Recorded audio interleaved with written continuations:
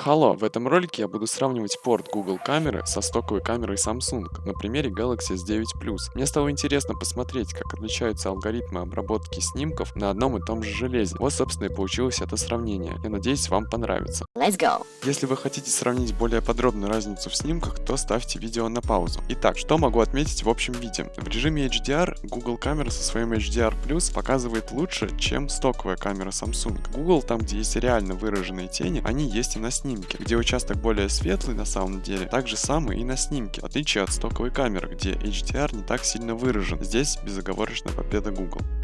Что же касаемо детализации снимков и объектов на них, то тут победа Samsung, и при кропе, я думаю, вы и сами все видите. Передача цвета где-то реальнее у Google, а где-то вырывается вперед стоковая камера, но все же естественные цвета, по моему мнению, передает лучше Samsung. Все фотографии сделаны в максимально простом виде, то есть это достал телефон, запустил камеру, навелся и сфотографировал.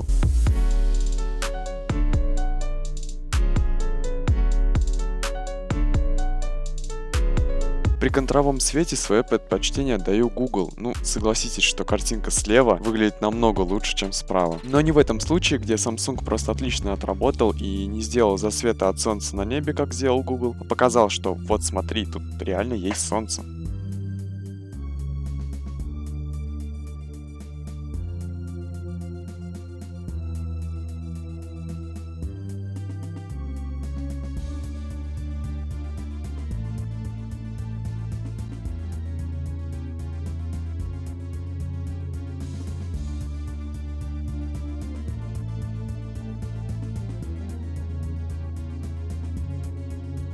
Что же касаемо ночных снимков, то тут я свое предпочтение отдам стоковой камере, ибо она сглаживает шумы и более реалистичнее передает атмосферу вечера.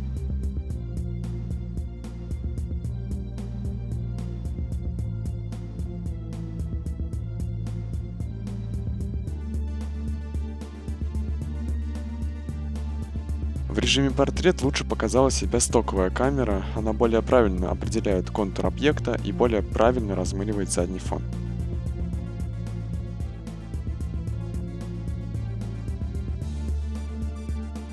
В темных участках при домашних условиях, где полная темнота, Google очень сильно шумит, а сток плавно сглаживает шумы и картинка получается более освещенная за счет правильной работы при сменной диафрагме.